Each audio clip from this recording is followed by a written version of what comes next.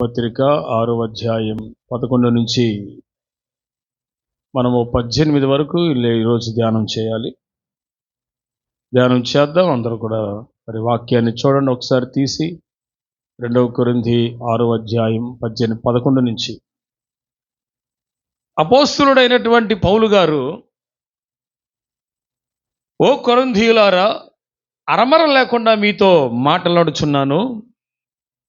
మా హృదయము విశాలపరచబడి ఉన్నది. మీ ఎడల మా అంతఃకరణము సంకుచితమై ఉండలేదు గాని మీ అంతఃకరణమే సంకుచితమై ఉన్నది.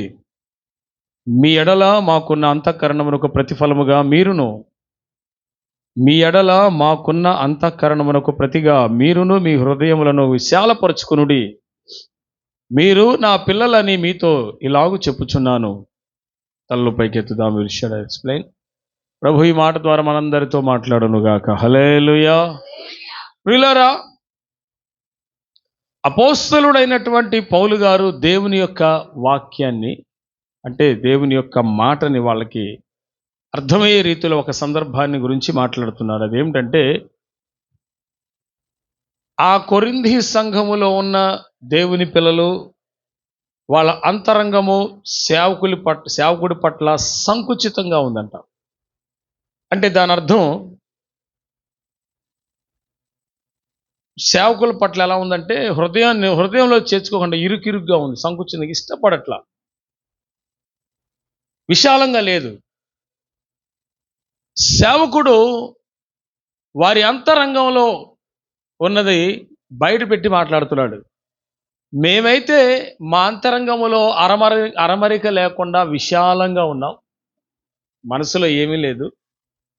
కానీ మీ అంతఃకరణమే సంకుచితంగా ఉంది, కొద్దిగా ఇరుకిరుగ్గా, ఇబ్బందికరంగా, మీ హృదయాలు అలా ఉన్నాయి అని కొరింథీ సంఘంతో అపోస్తలుడైన పౌలు ఆ సంఘ విశ్వాసుల గురించి ఈ రీతిగా, ఆ సంఘములో ఉన్న దేవుని పిల్లల గురించి ఈ రీతిగా చెప్తున్నాడు. కానీ మీ అంతఃకరణమే సంకుచితమై ఉన్నది. మీ ఎడల మాకున్న అంతఃకరణములకు ప్రతిఫలముగా మీరుని మీ హృదయములను విశాలపరచుకొనుడి అన్నాడు. అంటే అంతఃకరణ సంకుచితంగా అంటే విశాలంగా లేదు, ఇరుగ్గా ఉంది. ఒక దైవజనుడిని హృదయంలోకి చేర్చుకునే విషయంలో కొరింథీ సంఘములో ఉన్న వాళ్ళు ఇరుగ్గా ఉంచుకున్నారు, కానీ సేవకుడిని హృదయంలోకి చేర్చుకోలేదంట. అంతేకాకుండా మీ హృదయాలు విశాలపరచుకొనుడి అని చెప్పాడు. అసలు పౌలు గారు ఈ మాట చెప్పడానికి గల కారణం ఏంటి? ఎందుకు సంఘ విశ్వాసులతో ఈ మాట అంటున్నాడు? మీరు ప్రియులైన పిల్లలని ఎంచి నేను ఈ మాట మీతో చెప్తున్నాను అంటున్నాడు. అంటే ఎందుకు హృదయము విశాలంగా లేదు? చూడండి ప్రియులారా, మనము దేవుణ్ణి కలిగి ఉన్నప్పుడు మన హృదయము సేవకుణ్ణి చేర్చుకునే విషయంలోనైనా, సంఘంలో ఉన్న బిడ్డల విషయంలోనైనా, అసలు దేవుణ్ణి చేర్చుకునే విషయంలోనైనా మన హృదయము విశాలపరచబడాలి, ఇరుగ్గా ఉండకూడదు. కొన్ని విషయాల్లో ఇరుగ్గా ఉన్నదనుకో హృదయం, అది సంపూర్ణంగా లేదు అని అర్థం. సంపూర్ణంగా దేవునికి చోటు ఇవ్వలేదని అర్థం. హృదయంలో ఇంకా అనేకం పెట్టుకొని ప్రభువుని ఆరాధించట్లేదు సరిగా అని అర్థం. అంటే హృదయం సంకుచితంగా, ఇరుగ్గా, ఇబ్బందికరంగా ప్రభువుని హృదయపూర్వకంగా చేర్చుకునే ఆ మనస్సు మనందరికీ ఉండాలి. దేవుని స్తోత్రం కలుగునుగాక. అంటే ఇక్కడ మనం దేన్ని ఆపేక్షిస్తున్నాం? ఏదో దేవుని యొద్ద నుంచి ఈవిని ఆపేక్షించి, ఏదో ఒక ఆశీర్వాదాన్ని ఆపేక్షించి హృదయం తెరవబట్టం కాదు. కానీ దేవుని మన హృదయంలోకి వచ్చినప్పుడు మన హృదయము విశాలంగా ఉంటేనే ఆయన ఉండగలడు. అది దేవుని విషయమైనా సేవకుడి విషయమైనా అది సంకుచితంగా ఉండకూడదు. అంటే అరమరికలు లేకుండా, అంటే ఏ అడ్డంకులే లేకుండా ఫ్రీగా మాట్లాడుకోవాలా. దేవుని స్తోత్రం చెప్పండి. సేవకునికి విశ్వాసుకి మధ్యలో అరమరికలు ఉండకూడదు. అరమరికలు లేని ప్రేమ ఉండాలి. దేవుని స్తోత్రం చెప్పండి. సో ఇది ఒక మొదటి పాయింట్గా మీ దృష్టికి దేవుడు తీసుకొచ్చారు. అయితే పౌలు గారి ఉద్దేశం ఏంటి? కొరింథీ సంఘానికి ఏం చెప్పాలనుకుంటాడు? ఆ సంఘంలోని విశ్వాసులు ఏమయ్యారో, అసలు ఎందుకు ఈ మాట పౌలు గారు తెలియజేయాల్సి వచ్చింది ఆ సంఘానికి? దేవుని గురించి, దేవుని ఉద్దేశాన్ని గురించి పౌలు గారు అరమరిక లేకుండా ఉండండి అని విశ్వాసులతో చెప్పటమే కాకుండా, మీ హృదయాన్ని సంకుచితంగా కాకుండా, ఇరుకిరుగ్గా కాకుండా విశాలపరచుకోండి, నేను చెప్తున్న మాటలు హృదయంలో చేర్చుకోండి అని ఒక అద్భుతమైన ఒక సందర్భాన్ని, ఒక ఇంపార్టెంట్ విషయాన్ని కొరింథీ సంఘానికి పౌలు గారు తెలియజేస్తున్నారు. ఇక్కడున్న మనము కూడా మనం ఏ ఏ విషయాలు హృదయం సంకుచితంగా చోటివ్వని వాళ్ళకు ఉందో వాటిని ఈ రోజు నుంచి తీసేసుకొని మనం హృదయంలో దేవునికి, సేవకునికి, విశ్వాసులకి హృదయంలో హృదయపూర్వకంగా చోటిచ్చేవారు అవ్వాలి. ఆమేన్. Open heart. హల్లెలూయా. తెరవబడిన హృదయం. దేవుని విషయమై నీ హృదయం సంకుచితంగా ఉండకూడదు, ఇరుగ్గా ఉండకూడదు. హృదయంలోకి దేవుణ్ణి చేర్చుకుని విశాల హృదయం అవ్వాలి. Broad heart, open mind, open heart, తెరువబడిన హృదయం ఉండాలి దేవుని దగ్గరకు వచ్చినప్పుడు. హల్లెలూయా. ఓకే, ఇక్కడ పౌలు గారు ఏమంటున్నాడు 16 నుంచి చదువుదాం.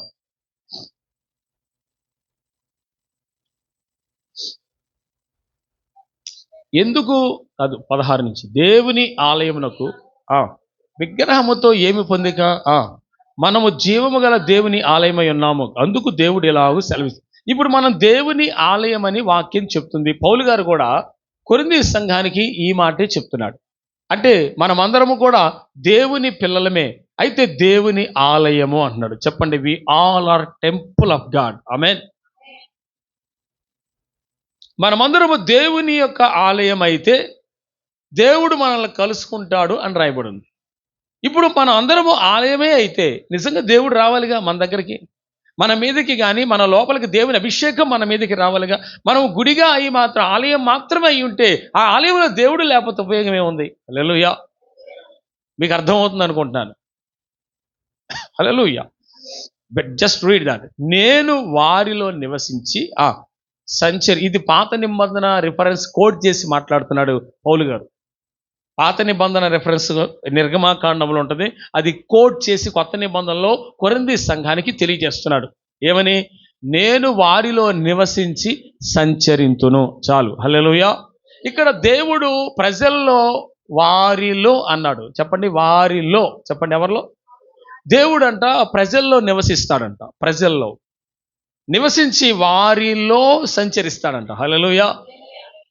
గత కాలంలో మీరు చాలాసార్లు సందర్భాల్లో నేను మీకు చెప్పాను కూడా.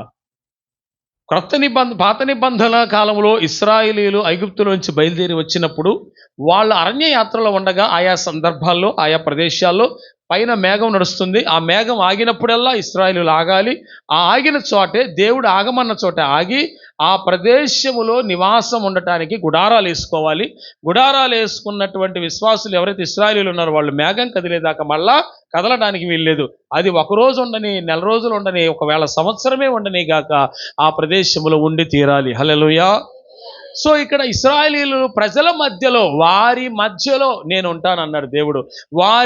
వారిలో నేను నివసించి అన్నాడు. అంటే దేవుని యొక్క నివాసము ఆ పాత నిబంధన కాలంలో ఇశ్రాయేలీయుల ప్రజల మధ్యలో ఉంది. దేవుని నివాసం ఎవరి మధ్యలో ఉంది? ఇశ్రాయేలీయుల ప్రజల మధ్యలో ఉంది.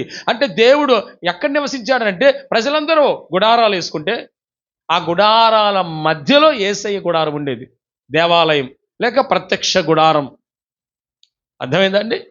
ఈ హోలీ టాబర్నికల్, ఈ ప్రత్యక్ష గుడారము, పరిశుద్ధ గుడారము ప్రజల మధ్యలో ఉన్నప్పుడు ప్రజలందరూ కూడా ఒక దైవికమైన భయంతో ఉండేవాళ్ళు. హల్లెలూయా. ఇప్పుడు ఏ తప్పు జరిగినా, ఏ తప్పు చేసినా, ఏ పాపం చేసినా, ప్రజలకు ఏదైనా అంటినా, లేకపోతే విగ్రహారాధన చేసే వాళ్ళతో సహవాసం చేసినా, లేకపోతే వాళ్ళ వాళ్ళ దగ్గర ఉన్న వస్తువులు తీసుకొచ్చి వీళ్ళ దగ్గర ఇంట్లో పెట్టుకున్నా దేవుడు శిక్ష వెంటనే వాళ్ళ మీదకి వచ్చేసేది. దేవుడు వారి మధ్యలో నుంచి వెళ్ళిపోవటం జరిగేది.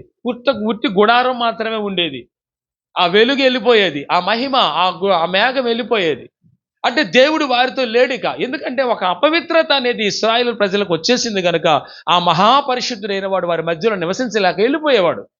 అట్లా వెళ్ళిపోయిన సందర్భాలు చాలా ఉన్నాయి. ఆ మాట ఇక్కడ దేవుడు చెప్తున్నాడు. ఏమనంటే దేవుని ఆలయమునకు విగ్రహములతో ఏం పొందిక అని రాయబడి. ఎందుకు కొరింథీ సంఘాన్ని హెచ్చరిస్తున్నాడు? ఒక పక్క కొరింథీ సంఘంలో ఉన్న వాళ్ళు దేవుణ్ణి ఆరాధిస్తున్నారు, ఒక పక్క విగ్రహం కూడా కలిగి ఉన్నారు కొంతమంది రహస్యంగా. Can you hearing? హల్లెలూయా. అంటే కొంతమంది ఏమో రహస్యంగా అది కూడా ఆ విగ్రహారాధన కూడా చేస్తూ అపవిత్రతలో ఉన్నారు. అది ఎవరికి తెలియట్లా. కానీ పౌలు గారు దాన్ని గుర్తించి ఆయన పరిశుద్ధాత్మ చేత హెచ్చరిక చేస్తున్నాడు కొరింథీ సంఘానికి. ఆ మాట చదవండి, 14. మీరు, కొరింథీ పత్రిక 6వ అధ్యాయం 14వ వాక్యంలో, మీరు అవిశ్వాసులతో ఇప్పుడు ఒక అవిశ్వాసి ఉన్నాడండి, ఆ అవిశ్వాసితో జోడుగా ఉండకూడదు. వాడు నమ్మడు దేవుణ్ణి. దేవుణ్ణి నమ్మనోడి మాటలన్నీ నువ్వు వినకూడదు యూట్యూబ్లో. హల్లెలూయా. దేవుని వాక్యానికి విరుద్ధంగా ఎంతో మంది హైందవ సహోదరులు కొంతమంది బయలుదేరారు.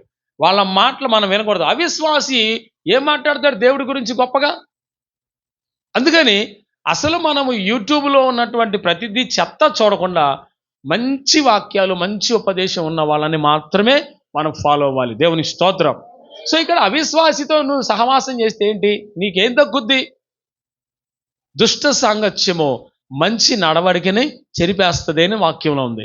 దుష్టుని సాంగత్యం అంట నీ మంచి ఆత్మీయ నడవడికను చెరిపేస్తుంది. ప్రియులారా, మనము హృదయాన్ని తెరచిన వారమై ఆరాధించాలి. హృదయాన్ని తెరచి యేసుప్రభుని ఆహ్వానించాలి. హృదయపూర్వకంగా ప్రభుని సేవించాలి. అరమరికలు లేని ప్రేమ కలిగి ఉండాలి. ఆమేన్. ఇది మొదటి థింగ్. రెండవది, దేవుడు మీ మధ్యలో ఉంటున్నాడు, మీరు ఆలయము గనక, ఆయన మీలో సంచరించుచున్నాడు గనక జాగ్రత్తగా ఉండండి అన్నాడు. ఆ కోణంలోనే నేను మీకు ఈ మాట చెప్తున్నాను. ఏంటి? కొరింథీ సంఘంలో ఉన్న వాళ్ళు రహస్యంగా ఈ విగ్రహారాధన చేస్తున్నారు. దానివల్ల ఏమైంది? వాళ్ళకి నష్టం చేకూర్చబడింది. అందుకే పౌలు గారు హెచ్చరిక చేస్తున్నాడు, మీరు మరి దేవుని ఆలయాన్ని విగ్రహంతో ఏం పొందిక ఏంటి? విగ్రహం తీసుకొచ్చి లోపల. ఇప్పుడు నేను ఒక మాట చెప్తున్నా, ఆత్మీయ విగ్రహాలు, మనం దేవుని పిల్లలం, మనం క్రీస్తులో ఎదుగుతున్న వాళ్ళం కనుక మనము దేవుని కంటే ఎక్కువ ఏది ఇష్టపడినా అది ఒక విగ్రహమే, అది ఒక ఐడలే. మీకు అర్థమవుతుందండి? బాగా అర్థం చేసుకోండి. అందుకే మనం బలహీనం. ఎప్పుడైతే మనం యేసుప్రభు కంటే ఎక్కువ ప్రాముఖ్యత దేనికి ఇస్తామో, ఇప్పుడు దేవుడు ఉండడు మనలో.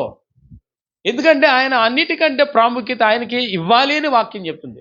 మరి మీరు చూడండి, నిర్గమాకాండంలో కూడా అక్కడ రాయబడి ఉంటుంది, 10 ఆజ్ఞలు ఇచ్చేటప్పుడు, నీ దేవుడైన యెహోవాను మాత్రమే నీవు సేవించి ఆయన్ను మాత్రమే నువ్వు ఆరాధించాలి.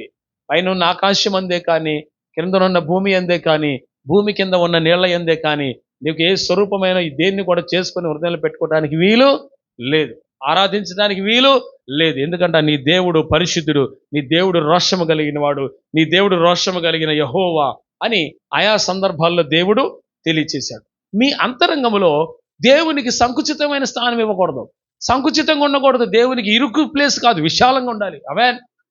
అంటే ఇప్పుడు మీరు ఎలా ఇస్తున్నారు? మీ హృదయంలో స్థానం దేవునికి ఏ స్థాయిలో ఇచ్చారు? మీరు ఆలయమయ్యి ఆ ఆలయములో ఆయన ఉండేటట్లుగా ఆ స్థాయికి వెళ్ళారా? లేకపోతే దేవునికి స్థానం ఇవ్వటానికే కొంచెం ఇబ్బంది పడుతున్నారా? దేవునికి మీ హృదయంలో స్థానం ఇచ్చే విషయంలో మిగతా వాటిని వదిలేసుకోవాల్సి వస్తున్నప్పుడు ఇబ్బంది పడుతున్నారా? ఏది ఇంపార్టెన్స్ దానికి ఇవ్వాల్సిన మనము, ప్రియారిటీ ఇవ్వాల్సిన మనము, దేవుని కంటే మరి ఎక్కువగా దానికి దేన్ని ప్రేమించి దాన్ని విగ్రహం చేసుకొని మనసులో పెట్టుకున్నామో, తద్వారా దేవుడు అక్కడ ఉండడు. ఒక మాటలో చెప్పాలంటే అన్నింటికంటే ప్రాముఖ్యంగా యేసయ్యకే ప్రాముఖ్యత ఇవ్వాలి. అది శ్రేష్టమైన విశ్వాస యొక్క లక్షణం. ఆమేన్ అని చెప్దాం. ఫస్ట్ మనము దేవునికి ప్రిఫరెన్స్ ఇచ్చే విషయంలో అన్నిటికంటే ఆయనే నాకు ప్రాముఖ్యమని ఎవరిస్తారో వాళ్ళు శ్రేష్టమైన విశ్వాస వీరులు. ఆమేన్. ఇక్కడ మనం తెలుసుకోవాల్సిన కొన్ని ఆధ్యాత్మికమైన సత్యాలు, మనం నేర్చుకోవాల్సినవి ఈరోజు పరిశుద్ధాత్మ దేవుడు మనతో మాట్లాడుతున్నాయి. మనలో ఏదైనా ఉంటే దాన్ని తీసేసుకోవాల్సి ఉన్నాయి. అరమరలు లేకుండా ఉండండి. సేవకుడితోనైనా విశ్వాసులు సేవకులతో, మనము దేవునితో, దేవుడు ఎప్పుడు మనతో అరమర లేకుండా ఉంటాడు. మనం దేవునితో ఉండేటప్పుడే అరమరికలు లేని ప్రేమ. ఆమేన్. ఏదో ఇబ్బందికరంగా అన్నట్టుగా కాకుండా తెరవబడిన హృదయంతో, తెరవబడిన మనసుతో మనము ప్రభువుని వెంబడించే వారం అవ్వాలి. హల్లెలూయా. Open mind, open heart. హల్లెలూయా. ఇది ఏమో డైలాగ్ కాదు, ఇది ఓపెన్గా చెప్తున్నాను, వినండి. హల్లెలూయా, హల్లెలూయా. మనము తెరవబడిన హృదయంతో ఉంటే దేవుణ్ణి మనం బహుగా కనపరుస్తాం. సంకుచితంగా దేవుని విషయమే సందేహాలతో రకరకాల మనసుతో పెట్టుకున్నాం అనుకో, అసలు ఆరాధన అనవసరం. అందుకే దేవుడు అంటే ఒకటే కాన్సెప్ట్ ఉండాలి, ఆయన గొప్ప దేవుడు, ప్రేమామయుడు. That's all.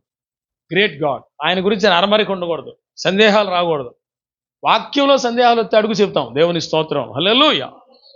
Do you have any doubts in scripture? Then you will talk to me and I will నేను మీకు తెలియజేస్తాను. ఆమేన్. ఓకేనా? సరే, ఇక్కడ మనం బాగా ఆలోచించాల్సిన విషయం ఏంటంటే, కొరింథీ సంఘంలో ఉన్న వాళ్ళు కొంచెం విగ్రహారాధన టైప్ మైండ్లుగా మారిపోయారు. అందుకే పౌలు గారు ఏమన్నాడంటే, మీరు ఇలాగ ఉండటం సమంజసం కాదు. తర్వాత నీతికి దుర్నీతితో ఏమి సాంగత్యమో, వెలుగుకు చీకటితో ఏమి పొత్తు. ఆమేన్, హల్లెలూయా. ఇప్పుడు అవిశ్వాసితో జోడు కొడితే విశ్వాసం మొత్తం దెబ్బతింటది. వాడు మాట్లాడే మాటలన్నీ లోక సంబంధమైనవి అవుతాయి. అందుకే విశ్వాసి అవిశ్వాసితో జోడు కట్టకూడదు, ఎప్పుడు జోడుగా ఉండకూడదు. మాట్లాడాల్సి వస్తే వదిలిపెట్టేయాలని, అంతేగాని వాడి మాటలు నీ చెవుల్లోకి తెచ్చుకోకూడదు. మొదటి మాట. నీతికి దుర్నీతితో ఏం పని? నీతి దుర్నీతి రెండు కలుస్తాయా? కలవు కదా. కలుస్తాయండి? కలవు. అలాగే మళ్ళీ అన్నాడు, వెలుగు చీకటితో ఏమి? వెలుగు చీకటి రెండు కలిస్తాయా? చూపించండి ఎప్పుడైనా ఎక్కడైనా. హలో అమ్మా, మీరంతా నాకు చూపించండి. ఎవడన్నా వెలుగు చీకటి రెండు కలిసి ఉంటాయా? వెలుగు వచ్చిన చోటకి చీకటి ఏమవుద్ది?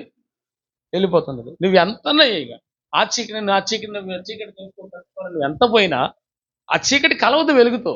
మీరు ఎప్పుడన్నా చూసారా? సపోజ్ ఈ భారతదేశంలో ఈరోజు సూర్యోదయం అయింది. ఈ సూర్యోదయం అయ్యే నాటికి అంతా వెలుగే ఉందా? నీ ఇంట్లో వేసుకున్న దీపం కూడా ఆరిపేసి పడుకుంటావు కదా రాత్రిపూట, అవునా కాదా? ఇంట్లో కూడా మనం వేసుకున్న దీపాలు ఆరిపేసి లైట్లు ఆరిపేసి పడుకుంటాం కదా. ప్రపంచం అంతా వెలుగే ఉందా రాత్రిపూట? నో. 90% అన్ని చోట్ల ఏముందంట? చీకటే ఉంది. ఎర్లీ మార్నింగ్ సూర్యోదయం కలిగేటప్పుడు ఆ వెలుగు వస్తూ ఉంటే చీకటి ఏమవుతుంటుంది? పారిపోతుంటుంది. చీకటి వెళ్ళిపోతుంది. అందుకే పౌలు గారు అన్నాడు, చీకటికి వెలుగుకి ఏమాత్రం పొత్తు లేదు. ఇది ఎంత సమంజసమో, ఇది ఎంత కరెక్టో, అలాగే విగ్రహానికి దేవుని ఆలకి పొందిక లేదు, కలవదు. వెలుగు చీకటిలో కలవని ఎంత వాస్తవమో, అలాగే విగ్రహానికి దేవుని ఆలయానికి పొందిక ఏమీ లేదు, అలాగే వాస్తవం, కలవకూడదు. అలా అర్థమైందా? ఆ తర్వాత నీతి దుర్నీతి రెండు కలవు, సత్యము అసత్యము రెండు కలవు, మళ్ళీ కృపాసత్యములు కలుస్తాయి. హల్లెలూయా. కృపాసత్యములు కలుస్తాయి. వెలుగు సత్యము అబద్ధమైనట్టుకి కలవు. మిక్స్ అయ్యి చూడండి కలుస్తాయో. మరి సైతాన్ గడు మనిషి ఇద్దరు కలుగుతున్నారుగా. వాడిని ఎలా మిక్స్ చేసుకోగలుగుతున్నావు మైండ్లోకి? నువ్వు సత్య సంబంధివి అయితే దేవుని ఆలయం, ఆమేన్. నువ్వు వెలుగు సంబంధివి అయితే దేవుని బిడ్డవి. మరి నీలో అసత్యమో, నీలో అపవిత్రత, నీలో పాపము, మరలా లోక సంబంధం అవన్నీ వచ్చేసి చీకటిలోకి ఎందుకు వెళ్తున్నావు? నువ్వు వెలుగు కదా. యోహాను సువార్త 1వ అధ్యాయం ఏమని రాయబడింది? తీనక్కర్లేదు. ఏమని రాయబడిందాడా? నిజమైన వెలుగు ఉండెను, అది లోకములోనికి వచ్చుచు ప్రతి మనుష్యుని వెలిగించుచుండెను అని రాయబడింది. ఇప్పుడు మనం అందరం వెలిగించబడ్డాం. దేవుని చేత. చీకటి ఏమైంది మనలో? అనాది నుంచి ఉన్న సాతాను ద్వారా వచ్చిన చీకటి ఏమైంది? తొలగిపోయింది. ఇప్పుడు వెలుగు సంబంధం. ఇక చీకటితో సాంగత్యం మనకి ఏముంది అంటే, చీకటి అనగా దాని అర్థం ఏంటి? చీకటి క్రియలు పాపం. ఇక మనకి దానికి సంబంధం లేదు కదా. ఇప్పుడు అందరం మనం ఏమయ్యాం? దేవుని పిల్లలమయ్యాం. ఆమేన్, హల్లెలూయా చెప్పండి. సో ఏంటి సంబంధం? వెలుగుకి చీకటికి ఏం సంబంధం ఉంది? అవునా? నీతికి దుర్నీతితో ఏం సంబంధం ఉంది? సత్యమునికి అసత్యంతో ఏం సంబంధం ఉంది? అరమరి లేకుండా మాట్లాడుతున్నాడు, ఓ కొరింథీ సంఘమా అని ఈరోజు మనతో మాట్లాడుతున్నాడు దేవుడు. మనము సంబంధం లేని వాడితో సంబంధం పెట్టుకోకూడదు, అది సెట్ అవ్వదు. ఇప్పుడు మనం వెలుగు సంబంధం అయ్యి చీకటిలో సంబంధం సంచరిస్తే తప్పు కదా. చీటి కార్యాలు చేస్తే తప్పు కదా. దేవుడు ఒప్పుకోడు కదా అది. హల్లెలూయా. మనం వెలుగు సంబంధమైనప్పుడు వెలుగులోనే నడవాలి, వెలుగు కార్యాలే చెయ్యాలి. తేజస్ సంబంధమైన యుద్ధోపకరణములు ధరించుకొని ఎఫెసీ పత్రిక 5వ అధ్యాయంలో రాయబడలేదా? తేజస్ సంబంధమైనవి, ఆత్మ సంబంధమైనవి ధరించుకోవాలి. ఆమేన్. ఎందుకంటే మనం దేవుని పిల్లలమండి, రక్షించబడిన వారం, మారుమనసు పొంది బాప్తిసం పొందిన వారము, యేసు రక్తంతో కడగబడిన వారము. కనుక మనం అందరికీ దేవుడు తెలియజేసింది ఏంటంటే, మనము లోకానికి సంబంధం లేకుండా, అసత్యానికి సంబంధం లేకుండా, దుర్నీతికి సంబంధం లేకుండా, విగ్రహానికి సంబంధం లేకుండా మనము పరిశుద్ధులుగా ఉంటే దేవుడు మనలో సంచరిస్తాడంట. దేవుడు సంచరించడం అంటే ఇశ్రాయేలు, ఇందా మళ్ళీ అవుతాం ఆ పాయింట్కి అవుతాం. ఇశ్రాయేలు మధ్యలో వారు చేసినటువంటి అకృత్యాల పిచ్చి కార్యాలను బట్టి దేవుడు, నేను వారి మధ్యలో ఉండను, నేను వెళ్ళిపోతానని ఎన్నోసార్లు అన్నాడు మోషేతో దేవుడు. నేను రాను మోషే, వాళ్ళు నా మాట వినరు, నేను వెళ్ళిపోతానన్నాడు. చదవండి ఆ మాట, నిర్గమాకాండం 33వ అధ్యాయం, ద బుక్ ఆఫ్ ఎక్సోడస్. ఇప్పుడు మనం ఆ మాట వినాలి. చూడండి, మనం పరిశుద్ధులుగా ఉంటేనే దేవుడు మన హృదయాలయంలో ఉంటాడు ఆయన. మనం పరిశుద్ధులుగా లేకపోతే ఆయన ఎందుకు ఉంటాడు? 33వ అధ్యాయం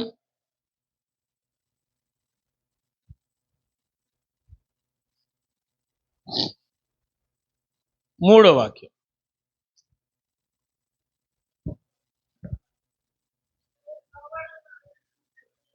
వీరు లోబడనొల్లని ప్రజలు కనుక నేను మీతో కూడా రాను, త్రోవలో మిమ్మల్ని సంహరించదనేమో అని మోషేతో చెప్పెను.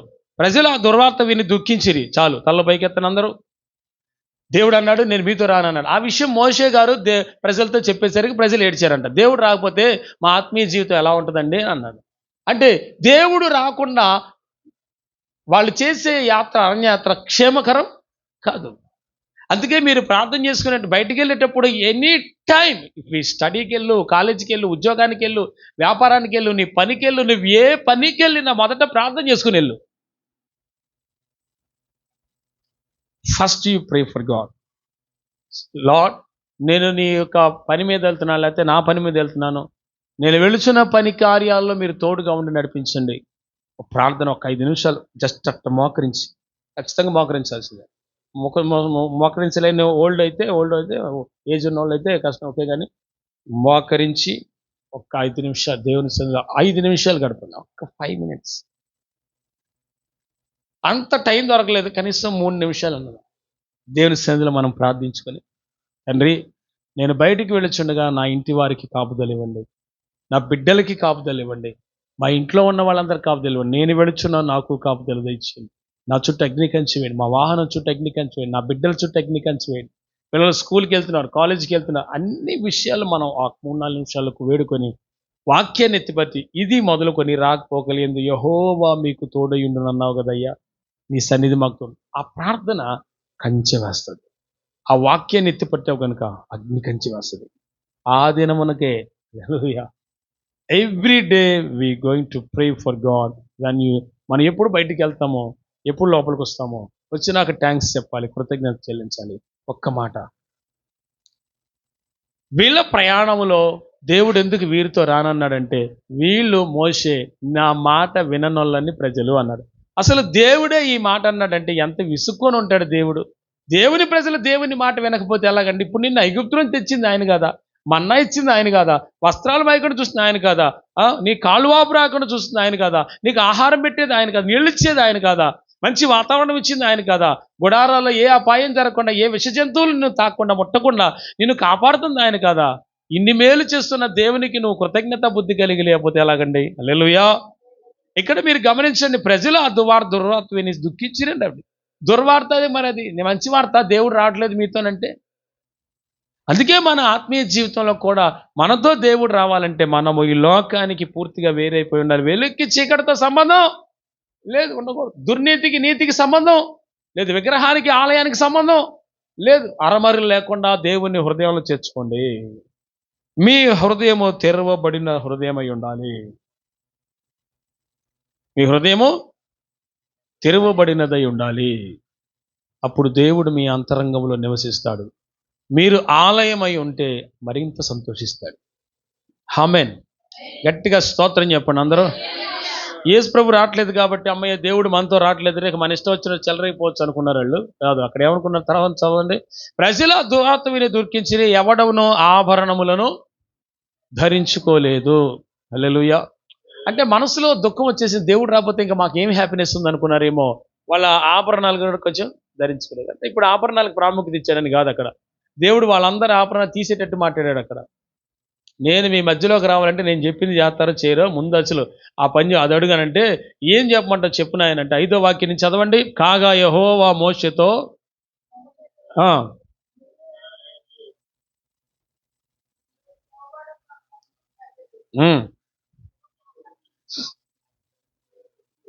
ఆ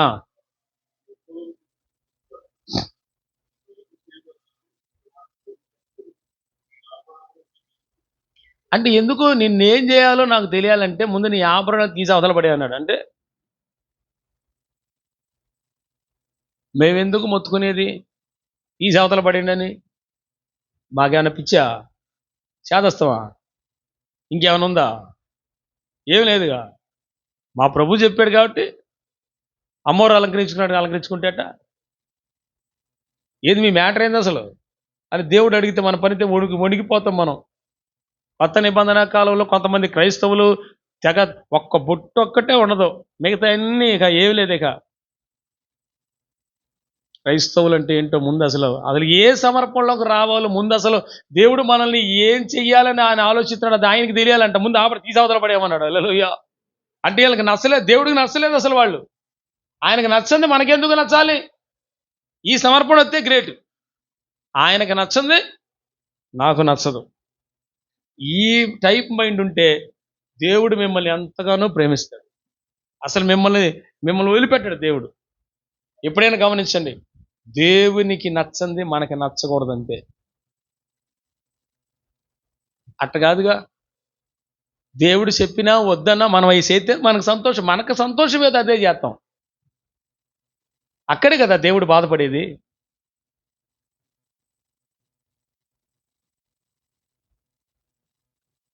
చాలా సమర్పణలోకి రావాలి మీరందరూ.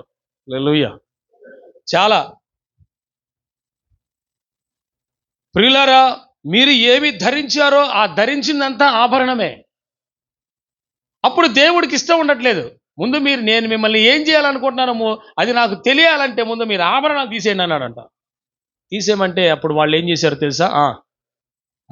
ఆభరణం మేము తీసివేయడే అని చెప్పమన్నాను. కాబట్టి ఇశ్రాయేలీయులు హోరేబు కొండ మీద తమ ఆభరణములను తీసి అవతల పడేసిరి. అవి లేనందుకు దుఃఖపడాల్సిన అవసరం లేదు, పోయినందుకు పోయినట్టు స్తోత్రం. సింపుల్గా ఉండండి చాలు. హల్లెలూయా. మీరు అవునన్నా కాదన్నా నాతోనూ పరిశుద్ధాత్ముడితోనూ నా యేసేతోనూ మీరు ఏకీభవించకపోయినా ఇదే సత్యం. దేవుడు సత్య సంబంధుల్ని ప్రేమిస్తాడు, అలంకరణ కాదు సుమా. దేవుడు దావీదు హృదయాన్ని చూసి సింహాసనం మీద కూర్చుండబెట్టాడు, కానీ టాలెంట్ చూసి కాదు కదా. మంచి ఆరాధికుడని సింహాసనం ఇచ్చాడు, కానీ పాటలు రాసే టాలెంట్ ఉంది కదా, మంచి స్వరం ఉంది కదా అని కాదు కదా. దేవుడు హృదయాన్ని లక్ష్యం చేస్తాడు కానీ పైన దాన్ని చూడడు. ఆమేన్. God will never see that. దేవుడు మన అంతరంగాన్ని చూస్తాడు. ఇక్కడ మీరు గమనించాల్సింది, కొరింథీ సంఘాన్ని గురించి మాట్లాడుతూ దేవుడు అంటున్నాడు, వాక్యంలో అంటున్నాడు, ఆయన మీతో ఉండాలి అంటే, మీలో సంచరించాలంటే ముందు మీరు ఈ లోక సంబంధమైన వాటి ఏదైతే చెప్తున్నా వాటి మీరు దూరంగా ఉండాలి. చీకటికి వెలుక్కి రెండు మిక్స్ అవ్వవు, కలవు. నీతికి దుర్నీతి కలవదు. ఆలయానికి విగ్రహానికి సంబంధమే లేదు. కాబట్టి ఎన్ని మిక్స్ చేయాలని చూస్తే, అలా బతకాలని చూస్తే కష్టమండి అంటున్నాడు దేవుడు. ప్రభు మీ హృదయాలను తెరచునుగాక. హల్లెలూయా. ఈ వాక్యం ద్వారా మీ మనోనేత్రాలు వెలిగించబడాలి. ఆమేన్. ఇప్పుడు దేవుడు ఎందుకు వారి మధ్యలో లేడో చెప్తున్నాను. ఇదే కారణం. వాళ్ళు దేవునికి ఇష్టలుగా ఉండలేకపోవటం వల్ల, దేవుడు చెప్పినట్టు చేయలేకపోవటం వల్ల అక్కడి నుంచి దేవుడు వారి మధ్యలో నుంచి వెళ్ళిపోతూ మోషేతో చెప్పాడు, మోషే ఈ గుడారాన్ని తీసి వేరే చోటే అన్నాడు. ప్రజల మధ్యలో ఇంతకాలంగా ఉన్న దేవుని మందిరం, ఆ గుడారం తీసేసి వేరొక చోట వేసేశారంట. పాళెంలో లేదు, ఇప్పుడు ప్రజల మధ్యలో లేడు ఆయన. ఎక్కడున్నాడంట? ఆ మందిరం ఎక్కడుందంట? వేరొక చోట వేశారు. ఇప్పుడు మనం సపోజ్ అందరం ఇక్కడ కూర్చుని, ఇక్కడంతా ఇశ్రాయేలీలు ఉన్నారనుకుందాం, ఇదంతా ఇశ్రాయేలీలు అనుకుందాం, ఇంతమంది. అవునా? ఇక్కడ నుంచి తీసి వేరొక చోట ఎక్కడో వేశారంట మందిరం. అక్కడికి ఊరు బయట ఎక్కడో దూరంగా దేవుడు కావాల్సి వచ్చి ఆరాధనగా మాకు కావాలి, యేసుప్రభు కావాలని వచ్చేవాడల్లా ఆ గుడారానికి వెళ్ళి ప్రార్థన చేసుకుని వచ్చేవాళ్ళంట. హల్లెలూయా. ఆయన సన్నిధికి వెళ్ళి మోకరించి ప్రార్థన చేసి, గుడారంలోకి ఎవడు వెళ్ళలేడులే కానీ యాజకులే వెళ్ళేది, వీళ్ళు బయట ఉండి మందిరం దగ్గరికి వెళ్ళి ప్రార్థన చేసుకుని వచ్చేవాళ్ళంట. దేవుడు కావాలి అని అనుకుని వెతికిన వారు. ఎందుకు ఇప్పుడు గుడారం తీసేశారు అక్కడి నుంచి? వీళ్ళు సరైన క్రియలు చేయకపోవటం బట్టే కదా గుడారం లేదు అక్కడ, ఆయన సన్నిధి లేదు అక్కడ. ఆమేన్. మీకు వచ్చింది చెప్తానండి, సంఘము పరిచర్య సేవ జరగాలన్నా మీరు రోజు ప్రార్థన చేసే వాళ్ళైతే ఇక్కడ కొనసాగుద్ది. ఇది మందసం. నేను ముందే చెప్పాను, ఇది మందసం. ఈ మందసము కొనసాగుటకు కావలసింది మోసే యోధులు, ప్రార్థనా యోధులు కావాలి. పరిచర్య. మేము ఇంటి దగ్గర మీ గురించి, మన సంఘాలన్నిటి గురించి చేస్తూనే ఉన్నాం, ఎప్పుడు చేస్తూనే ఉన్నాం, మర్చిపోయేది లేదు అసలు, ఇంతవరకు మర్చిపోలే. కానీ ప్రియులారా, అయినప్పటికీ కూడా మనకు ఇంకా ప్రార్థనా పరులం అయితేనే ఈ పరిచర్య, ఈ గుడారం ఇంకా అభివృద్ధి చెందుతుంది. ఆమేన్. నేను నమ్ముతాను, అన్నీ నమ్ముతాను. నా దేవుడు అన్నీ చేయగలడు. విశ్వసిస్తే సమస్తం చేయగలడు ఆయన. Because he is God. ఆయన దేవుడు. ఆమేన్. హల్లెలూయా. You read that. చాప్టర్ 33:7. అంతటా మోషే గుడారము తీసి, గుడారము ప్రజల మధ్యలోంచి తీసేయాల్సి వస్తుందని అసలు ఊహించారా ఇశ్రాయేలీలు? ప్రజల మధ్యలోంచి గుడారం వెళ్ళిపోయింది. లేదు ఇప్పుడు దేవుడి మందిరం. ఇదేంటి పరిస్థితి? వీళ్ళ పరిస్థితి ఏందండి? వీళ్ళు రోజు దేవుడున్నాడు అమ్మయ్య, దేవుడున్నాడు అమ్మయ్య, అమ్మయ్య, అమ్మయ్య, అన్నిటి నడిపిస్తాడు స్తోత్రం ఏదో ఉంది కదా ధైర్యం. ఇప్పుడు లేడు ఆయన. ఆ గుడారం తీసి కారణం వీళ్ళు చేసినటువంటి వ్యతిరేక కార్యాల వల్ల దేవుడికి నచ్చలేదు కాబట్టి వెళ్ళిపోతున్నాడు అక్కడ. చూడండి, ఆ మోషే గుడారం తీసి పాళెం వెలుపలికి వెళ్ళి పాళెంకు దూరంగా దాన్ని వేసి దానికి ప్రత్యక్ష గుడారం అని పేరు పెట్టాను. యెహోవాను వెతికిన ప్రతివాడు పాళెమునకు వెలుపట ఉన్న ఆ ప్రత్యక్ష గుడారమునకు వెళ్ళుచూ వచ్చాను. హల్లెలూయా. బయట వేరే చోట వేశారు. ఆ మాట ఎవరు చెప్పారు మోషేకి? దేవుడే. నేను ఏడు ఉండను, నా గుడారం తీసి అన్నాడు. దేవుని స్తోత్రం. దేవుడు అలా వెళ్ళిపోయాడంటే అది ఎంత బాధాకరమైన విషయం కదా. అంటే వీళ్ళలో ఏముందంట? అతిక్రమము, దుష్టత్వము, మాట వినంతనము ఉన్నందువలన దేవుడు నేను ఇక్కడ ఉండను, నాకు వేరే చోట గుడారం. ఎంత పరిశుద్ధుడైన దేవుడు అండి. ఇప్పుడు చెప్పండి, కొరింథీ పత్రికలో మనం చదువుకున్నాం కొత్త నిబంధనలో, అవునా? ఈ నా మాట, నేను వారిలో నివసించి సంచరించిన అన్నాడు కదా. మరి దేవుడు వారి మధ్యలో నివసించి సంచరించే దేవుడే, కానీ వారి దగ్గర నుంచి ఎందుకు వెళ్ళిపోయాడు? వాళ్ళ కార్యాలు, వాళ్ళ క్రియలు బాగోలేకపోవటం వల్లే కదా వారి మధ్యలో లేడు. నేను వారి దేవుణ్ణి యందును, వారు నా ప్రజల యందురు. కావున మీరు వారి మధ్య నుండి బయలువెడలి ప్రత్యేకంగా ఉండుడి, అపవిత్రమైన దానిని ముట్టకూడని ప్రభు చెప్పుచున్నాడు. హల్లెలూయా. ఈ ప్రత్యేకంగా ఉండమని ఎందుకు అంటున్నాడు? అపవిత్రమైనది ఏది ముట్టద్దని ఎందుకు అంటున్నాడు? విగ్రహం ముందు పెట్టింది తినకూడదు. తింటే ఏం కాదంటాడు ఒకడు, తినకపోయినా ఏం కాదంటాడు ఒకడు. ఈ సోదంతా మనకు అనవసరం. హల్లెలూయా. అంతే కదా. అపవిత్రమైంది విగ్రహం ముందు పెట్టింది అపవిత్రమైంది కాకుండా ఎట్టుంటుంది నాకు చెప్పండి అసలు. హల్లెలూయా. నా దేవుడు ఏం చెప్పాడు అదే నేను చెప్తాను. మరియమ్మ తల్లి విగ్రహం ముందైనా, యేసు ప్రభు విగ్రహం ముందు పెట్టిందైనా, ఏదైనా విగ్రహమే. యేసు ప్రభుదే తినొచ్చు, ఏం కాదు. ఇప్పుడు చెప్పాడు నీకు ఏం? నేను ఈ బోధ అంతా యెజబెలు బోధ కాదు, పిచ్చి బోధ. చేయకూడదు పనులు. నేను అదే అంటాను. అందుకే మీ హృదయము తెరవబడిందైతే, మనసు తెరవబడిందైతే మీరు దేవుణ్ణి ఆత్మతో సత్యముతో ఆరాధిస్తారు. నీ దేవుడైన యెహోవాను మీరు సేవించవలసిన విధమేదనగా, దేవుడు ఆత్మ గనుక ఆయనను ఆరాధించువారు ఆత్మతోనూ సత్యముతోనూ ఆరాధించాలి. ఆత్మతోనూ నువ్వు సత్యముతోనూ ఆయన్ని ఆరాధించాలి. ఆయన ఆరాధించే క్రమం చెప్పాడు దేవుడు. ఇక్కడ ఆయన అంటున్న మాట ఏంటి? నేను కావున మీరు వారి మధ్య నుండి బయలువెడలి ప్రత్యేకంగా ఉండి అన్నాడు. అంటే దేవుని ఉద్దేశం ఏంటి?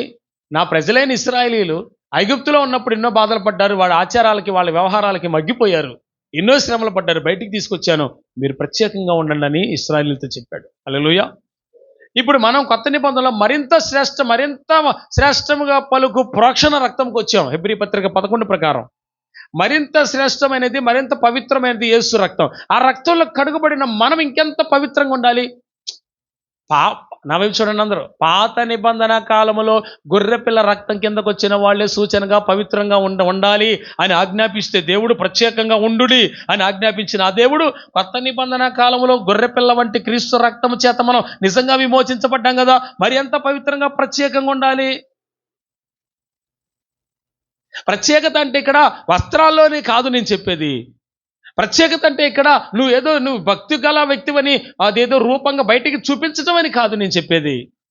ప్రత్యేకత అంటే యేసయ్యను నమ్ముకున్నవాడు ఎలా ఉంటాడో ఆ భక్తిని, ఆ విశ్వాసాన్ని, ఆ పరిశుద్ధతని లోకానికి చూపించడమే. భక్తిని, విశ్వాసాన్ని, పరిశుద్ధతను మనము లోకానికి చూపించటమే. పరిశుద్ధతను చూపించాల్సి వచ్చినప్పుడు దానియేలు, హజర్యా, హనన్యా, మిషాయేలు వాళ్ళు రాజు ఇంటి నుంచి వచ్చేటువంటి భోజన విషయంలో, ఆ ఆహార పదార్థాల విషయంలో అవి తిని అపవిత్రపరచుకోకుండా దాని విషయంలో జాగ్రత్త పడ్డారు. హల్లెలూయా. పరిశుద్ధత విషయంలో జాగ్రత్త పడ్డారు. తమ సాక్ష్యం విషయంలో జాగ్రత్త పడ్డారు. ఒక క్రైస్తవుడైన తర్వాత మనమందరము దేవునికి సాక్షులమని మర్చిపోకూడదు. ఆ నిబంధన రక్తమైన పరిశుద్ధుడైన యేసయ్య రక్తంతో మనం కడగబడ్డాము గనక కడగబడిన మనము ప్రత్యేకంగా ఉండాలి. ఎందుకన్నాడు దేవుడు? సపరేట్గా ఉండండి, ప్రత్యేకంగా ఉండండి. మీరు మిగతా లోక ఆచారాల్లో లోక క్రియల్లో మీరు కలిసిపోకుండా మీరు జాగ్రత్తగా ఉండండి. ఈ ఇశ్రాయేలుతో కూడా అదే చెప్పాడు దేవుడు. మీరు నా జ్యేష్ఠ సంతానం కనుక మీరు ప్రత్యేకంగా ఉండండి. అబ్రహాంతో చెప్పాడు దేవుడు. ఏర్పరచుకున్న అబ్రహాంతో ముందే చెప్పి అతన్ని వేరుపరిచేశాడు, సపరేట్ చేశాడు. అబ్రహాంని దేవుడు పిలిచిన తర్వాత ఎట్లా సపరేట్ చేశాడు? నా నిబంధనకు నీతో చేస్తున్నాను, మీలో ప్రతివాడు సున్నతి పొందాలని ప్రత్యేకించాడు. సున్నతి పొందిన వాళ్ళంతా దేవుని పిల్లలు. హల్లెలూయా. హృదయమందు కావాలి ఇప్పుడు సున్నతి. కొత్త నిబంధనల కాలంలో ఇప్పుడు మనకు హృదయమందు సున్నతి కావాలి. చెప్పండి, హృదయంలో ఏం కావాలి? సున్నతి, చేంజింగ్ హార్ట్. మనం దేవుని పిల్లలం అన్నట్టు. ఆమేన్. అబ్రహాముని పిలిచినప్పుడు దేహములో సున్నతి పెట్టాడు. మనల్ని పిలిచినప్పుడు హృదయంలో సున్నతి సంస్కారారాధన పెట్టి సున్నతి సంస్కారం. హల్లెలూయా. అంటే ఇప్పుడు మనం అందరం ఏంటి? వాళ్ళేమో సూచనలో ఉన్నారు, మనమేమో రియాలిటీలో ఉన్నాం. హల్లెలూయా. వాళ్ళేమో జిరాక్స్, మనం ఒరిజినల్లో ఉన్నాం. ఆమేన్. ఇప్పుడు జిరాక్స్ కంటే ఒరిజినల్ ప్రాముఖ్యం కదా.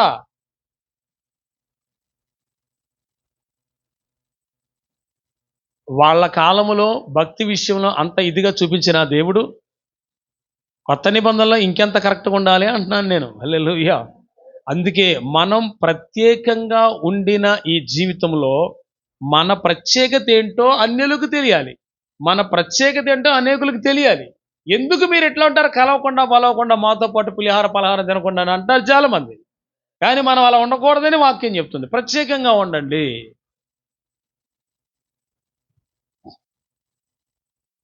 దేవుడు మన మధ్యలో సంచరించుచున్నాడు, పరిశుద్ధాత్ముడు. మనం ప్రత్యేకించబడ్డాం. నువ్వు ప్రత్యేకించబడ్డావన్న సంగతి లోకానికి అర్థం కావాలి. నువ్వు అలా ఉండి తీరాలి. ఆమేన్. ఆ గుణగణాలు ఏవి నీలో కనపడకపోతే చేసేది ఏమి లేదు. మీరు అన్యులా క్రైస్తవులా అని ఎవరు అడిగితే మీరు ఏం చెప్తారు? క్రైస్తవులు అంటే ఏంది, ఎట్ట కనపడాలా తెలుసా మీకు? అసలు ప్రార్థన కనపడాలి నీలో. అవునా? క్రైస్తవులు అంటే అది అంటే షో పర్ఫార్మెన్స్ ఏం చూపించగలుగుతామంటే మాట తీరు. హల్లెలూయా. మాట నడిచే ప్రవర్తన, చేసే ప్రవర్తన విధానం, అదే కదా షో చూపించేది. ఈ మూడిట్లో యాక్టింగ్ చేసేవి కూడా ఉన్నాయి. హల్లెలూయా. వేషధారణ కూడా ఉంది సార్ ఇందులో. అందుకని ప్రియులారా, మనము అదేదో రియాలిటీగా మనము యథార్థమైన హృదయం కలిగిన వారమై మనం అన్యజనుల ఎదుట కనబడాలి అని చూపించగలగాలి మన క్రియల ద్వారా. మత్తయి 5:16 ప్రకారము క్రియలు, నీ సత్క్రియలు అన్యజనుల ఎదుట కనపడాలి. అవి మంచివై శ్రేష్టమైనట్లు కనపడాలి. దేవుణ్ణి మహిమపరిచేటట్టు నీ ప్రవర్తన, మన ప్రవర్తన ఉండాలి. ఓ కొరింథీ సంఘమా, అరమర లేకుండా మీతో మాట్లాడుతాను. నేను ఏమి సంకుచితంగా హృదయం తెరవబడి మీతో ఏ మాత్రం కూడా అడ్డుపడ్డ ఏమీ లేకుండా మాట్లాడుతున్నాను ఫ్రీగా. డైరెక్ట్గా వినండి. మీ హృదయం ఎలా ఉంది, మీరు ఎలా చేస్తున్నారు, మీరు ఎలా ఉంటున్నారు. అలా కాదు, దేవుడు మన మధ్యలో ఉంటానన్నాడు, మనలో సంచరిస్తానని చెప్పాడు దేవుడు. కాబట్టి మీరు ప్రత్యేకంగా ఉండమన్నాడు. మీరు ప్రత్యేకంగా ఉండి తీరాలని ఆ సంఘానికి పౌలు గారు తెలియజేస్తున్నాడు. కొన్ని సంఘాలండి లోకంలో కలిసిపోయినాయండి కొంతకాలానికి. కొన్ని సంఘాలు ఆచారాల్లో కలిసిపోయినాయి. మరికొన్ని సంఘాలు దేవుణ్ణి పరిశుద్ధంగా ఆరాధించే ఉన్నాయి. ఇప్పుడు రెండవ రాకడలో అన్ని సంఘాలు ఎత్తపడతాయని గ్యారంటీ ఏమీ లేదు. లేకపోతే సంఘంలో ఉన్న వాళ్ళంతా మంచి కమిట్మెంట్లో ఉండి ఎత్తపడతారని గ్యారంటీ లేదు. రాకడ వచ్చేంత వరకు, మనం వెళ్ళేంత వరకు, ఎత్తబడేంత వరకు ఎవరికి ఏం తెలీదు. రాకడలో ఎత్తబడేదాకా ఒక మంచి సమర్పణతో మనము ప్రార్థనా జీవితాన్ని కలిగి ఉండాలి. హల్లెలూయా. దేవుడు మనకు చెప్పాడు, మీరు అన్యజనుల వలె ఉండద్దు, మీరు పరిశుద్ధులుగా ఉండండి, మీరు ప్రత్యేకించి ఉండండి. చూడండి, ఒక బోట్ వెళ్తుంది సముద్రంలో. ఆ బోటు వెళుతున్నంతసేపు బాగానే ఉంది. సడన్గా దానికి ఒక హోల్ పడింది. వెళుతూ ఉండగా హోల్ పడింది, మధ్యలోకి వెళ్ళాక హోల్ పడింది. ఆ హోల్ పడుతుంది, అదేమో నీళ్లు లోపలికి వస్తున్నాయి, బయట ఉన్న వాటర్ లోపలికి వచ్చేస్తున్నాయి. వీళ్ళు తోడి పోస్తూనే ఉన్నారు. వీళ్ళకి కొంచెం దూరం పోయిన తర్వాత ఆ హోల్ పెరిగింది. ఇంకా వాళ్ళకి అర్థమైంది ఏంటంటే, వాళ్ళు మొదట ప్రయాణం మంచిగా అంతా బాగానే ఉందని స్టార్ట్ చేశారు. మధ్యలోకి వెళ్ళిన తర్వాత హోల్ పడింది. అది ఇంకొంచెం పెద్దదైంది. వెళుతూ ఉన్నారు. ఇంకా తీరం రాలి, ఇంకా చాలా దూరం ఉంది. వాళ్ళు పనిచేసే వాళ్ళు 3, 4, 5, 10 మంది పనిచేస్తున్నారు. నీళ్లు తోడిపోస్తున్నారు, మునిగిపోకుండా ఓడ. కొంతకాలం సేపటికి ఆ ఓడ మునిగిపోయింది. అదే ఆ బోటో ఏదో సంథింగ్, అది మునిగిపోయింది. అందులో ఉన్న వాళ్ళందరూ చనిపోయారు. ఒక్కడు కూడా బతకలే. వాళ్ళు మొదట ప్రారంభించినప్పుడు అది బాగుందని ప్రారంభించారు. మధ్యలోకి వచ్చాక అది హోల్ పడిపోద్దని, మనంతా చనిపోతారని ఎవరికీ తెలియదు. కానీ ప్రియులారా, నేను ప్రకటించేది ఏంటి దీనివల్ల అంటే, లోకపు ఆశలు, పాపపు తలంపులు, పాపపు క్రియలు రక్షణ పొందిన నీ ఓడలోకి రాకూడదు. రక్షణ పొందిన నీ ఓడలోకి రాకూడదు. ఒకవేళ వచ్చిందో ఈ ఓడ మునిగిపోద్ది. అది మునిగిపోయినట్టే మునిగిపోయే అవకాశం ఉంటుంది. ఎంతకాలం తోడుకొని పోతావు? చేసే క్రియలన్నీ పెరుగుతా పోయినాయి అనుకుందాం. ఎంతకాలం అలాగా? అందుకని మీ హృదయాలు సంకుచితంగా కాకుండా తెరవబడిన హృదయం అవ్వాలి. ప్రభువా, నేను నా హృదయంలోకి ఆహ్వానిస్తున్నాను. ఆమేన్. హల్లెలూయా చెప్పండి. 2 కొరింథీ పత్రిక 6వ అధ్యాయంలో ప్రభు చెప్తున్నటువంటి మాట చూడండి. మీరు ప్రత్యేకంగా ఉండడని చెప్పి అపవిత్రమైన దాన్ని ముట్టకుడి అని ప్రభు చెప్తున్నాడు. మరియు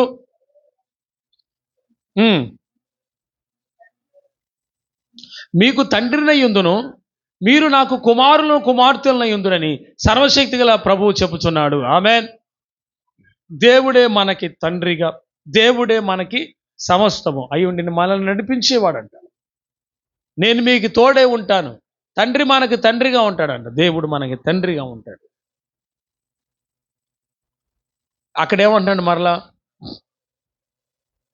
మనం దేవునికి కుమారులము కుమార్తెలము అవుతామంట. హల్లెలూయా. సో ఇక్కడ మరి మనం ఏం చేయాలి? మరి ఏం చేయాలంటే 7వ అధ్యాయం 1, దేవుడు మనలో సంచరించాలంటే ఏం చేయాలి? 7:1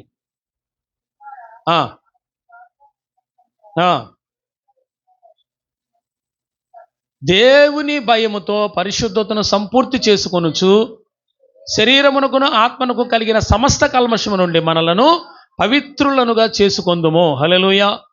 ఏ వాగ్దానం ఉందంటున్నాడు పౌలు గారు? పైన వాగ్దానం ఏంటి? మీరు నా కుమారులు, మీరు నా కుమార్తెలనే ప్రామిస్ దేవుడు మనకు చేశాడు కనుక మనం ఏం చేయాలన్నాడు ఇక్కడ పౌలు గారు? పిల్లరా, మనకి ఈ వాగ్దానం ఉన్నవి కనుక దేవుని భయముతో పరిశుద్ధతను సంపూర్తి చేసుకోవాలి. హల్లెలూయా. పిల్లరా, నా వైపు చూడండి అందరూ. ఇందులో నిండా నీళ్ళు ఉన్నాయి. నేను తెరిచి చూడలేదు, ఉన్నాయి అనుకుంటున్నాను.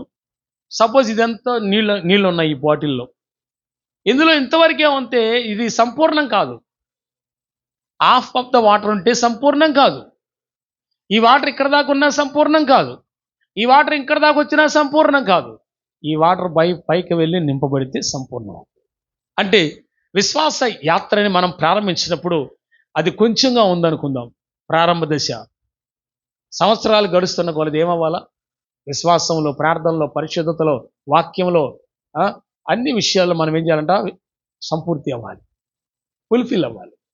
అందుకే ఏంటంటే దినములు గడుచున్న కొలది దేవునికి ఇంకా అత్యధికంగా సమీపంగా వచ్చేవారు అవ్వాలి. దేవునికి సమీపంగా రావాలి. ఆమేన్. ఎవరికి? దేవునికి సమీపంగా రావాలి. అందుకే ఎలాగా మీ విశ్వాసం సంపూర్ణమైన జీవితం, విశ్వాస జీవితం, భక్తి జీవితం, ప్రార్థన జీవితం అంతా సంపూర్ణంగా ఉండాలి. అంటే ఇది బాగుంది. సపోజ్ దీంట్లో ఏదైనా లోపం ఉందనుకో బిడ్డారా, మీరు కొన్నప్పుడు దీనికి ఏమైనా సొట్టపోయింది అనుకో, అసలు తీసుకోరుగా. వాడు అంటాడు, ఏం లేదండి, కింద నుంచి జస్ట్ ఎట్లా పడిందండి అంతేనండి అంటాడు. వాడు ఏదో అమ్ముకోవడానికి చెప్తాడు. కానీ నీకు ఆ సొట్ట పడితే ఏంటి, ఇంకోటి లేదా పీస్ అని అంటావు. అంటే నీకు ఏదైనా మంచిదే కావాలి. మాట్లాడరే. ఇఫ్ ఈ డ్రెస్ ఆల్సో, హౌస్ ఆల్సో, స్థలమైనా పొలమైనా, మనం కొనుక్కుని చైర్స్ అయినా, మనం కొను వస్తువులైనా, whatever it is, we buying everything. వాటన్నిట్లో మనం సంపూర్ణత చూస్తాం, క్వాలిటీ చూస్తాం. దేవుడు కూడా అంతే. నీకున్న మైండే ఆయనది కూడా. అసలు ఆయన మైండే మనది. దేవుని స్తోత్రం. ఆయన అసంపూర్ణంగా ఉన్నదని ఏది ఇష్టపడు. చూడండి, ఇందాక చిన్న తప్పే వాళ్ళ దగ్గర, వాళ్ళు ఏం చేశారండి అనిపిస్తుంది. మరి ఆయన లేడు, వెళ్ళిపోయాడు, ఏం చేద్దాం? ఇప్పుడు ఆయన లేడు సార్, మరి వెళ్ళిపోయాడు, ఏంటి పరిస్థితి? ఈ విషయం చెప్పనా, తప్పు చేయటం ఈజీ, పాపం చేయటం ఈజీ, పరిశుద్ధపరచబడటం కష్టం, టైం తీసుకుంటుంది. హల్లెలూయా. సరే, మనకి వాగ్దానాలు ఉన్నాయి అని దేవుడు అంటున్నాడు, మంచిదే. అయితే భయంతో, దేవుని భయంతో మనకి దేవుడిచ్చిన పరిశుద్ధతను ఏం చేయాలంట? సంపూర్తి చేయాలి. యేసన్న గారు ఒక మంచి పాట రాశారు.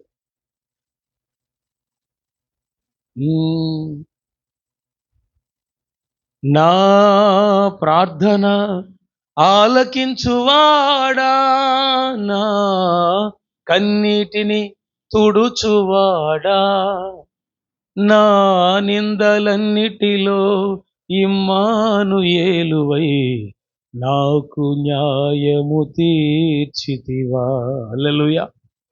మనకి దేవుడు ప్రతి విషయములో మంచిగా న్యాయం తీరుస్తాడు. ఆమేన్.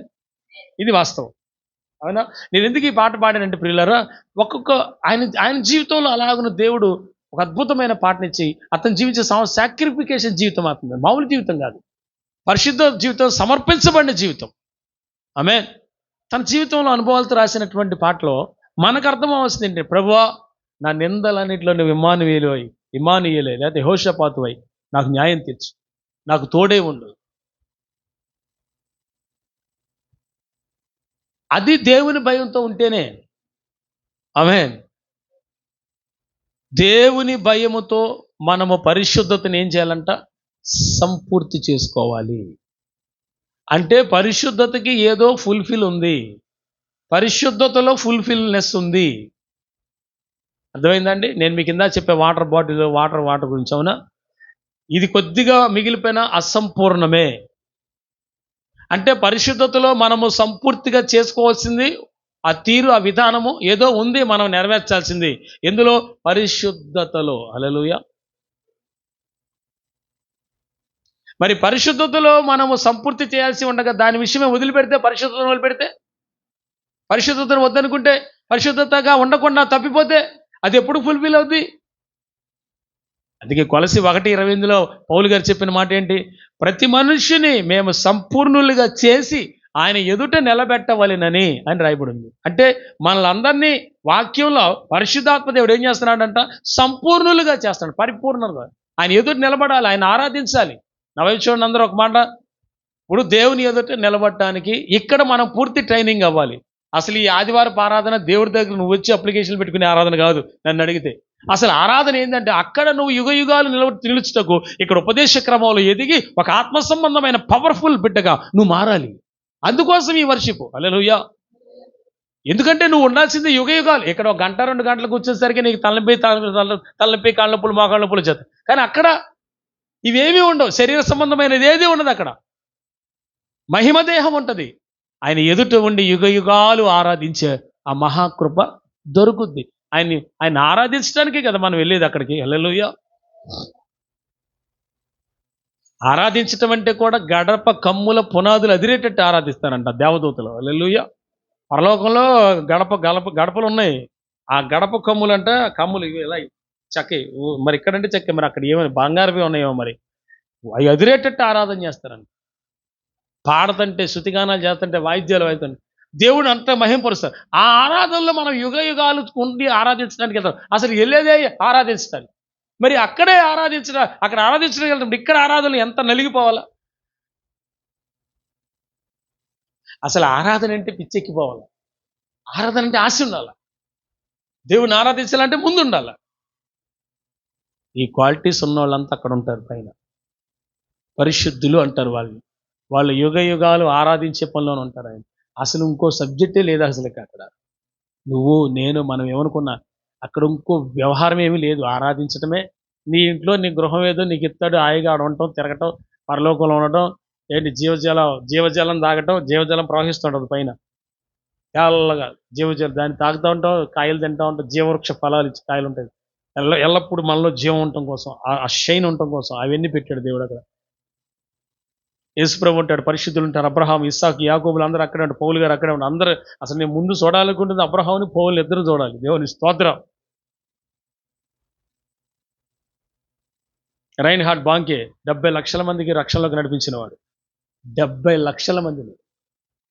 మామూలు విషయం కాదు. మౌర్మన్స్ పత్రం రాసి ఇచ్చిన వాళ్ళు 70 లక్షల మంది.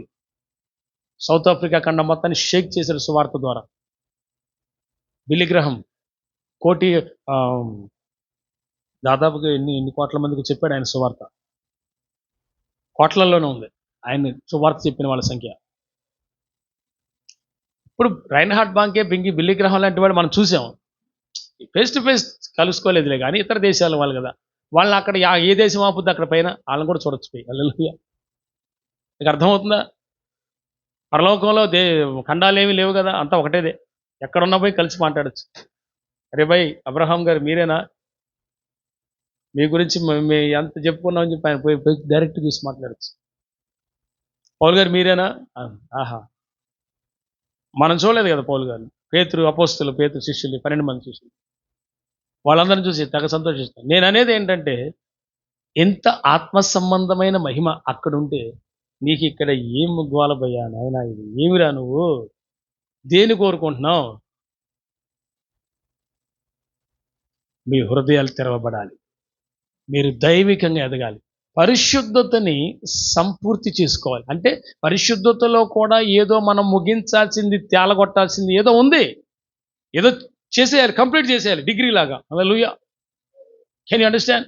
ఒక డిగ్రీ లాగా, పీజీ లాగా నువ్వు కంప్లీట్ చేయాల్సిన, పరిశుద్ధతలో కంప్లీట్ చేయాల్సింది ఏదో ఉంది. అది నువ్వు కంప్లీట్గా చేయడానికి ఎవ్రీడే వెళ్ళాలి. ఆమేన్. ఎవ్రీడే యాత్ర చేయాలి, ఎవ్రీడే ప్రార్థన చేయాలి. ఆ టైం వచ్చేసిందంటే ఫుల్ఫిల్ అయిపోద్ది హోలీనెస్. అప్పుడు దేవుడు కమాన్ నరులారా తిరిగి రండి అని పిలుస్తాడు. నీ పరిశుద్ధతని నువ్వే సంపూర్తి చేసుకోవాలి. You have to finish your degree, you have to finish your BTech. Hallelujah. That's all. ఎవరి డిగ్రీ వాళ్ళే, ఎవరి పరిశుద్ధత వాళ్ళే ఫినిష్ చేసుకోవాలి. నీకు ఆ భారాన్ని దేవుడే కలుగు చేశాడు. అది కూడా ఎలా కలుగు చేస్తాడు? ఇప్పుడు నీకు పరిశుద్ధత పోయిందంటే నీకు దేవుడి భయం లేకపోతేనే కదా పోయేది. దేవుని భయం ఉన్నవాడు, కడుపులో దేవుడి భయం ఉన్నవాడు పాపం చేయడు. కడుపులో దేవుడి భయం ఉండాలిగా. ఇటు తింటాడుగా, తిండి తింటాడుగా. తిండి తిను కానీ అది నిద్ర వచ్చేటట్టు తినబాకు. దేవుని స్తోత్రం. ప్రార్థన పోయేటట్టు తినకూడదు, ప్రార్థన చేసుకునేటట్టు తినాలి. హల్లెలూయా. మరి నేను వైజాగ్ వెళ్ళాను, 26th నైట్ వెళ్ళాను వైజాగ్. చాలామంది 400 మంది సేవకులు వచ్చారు.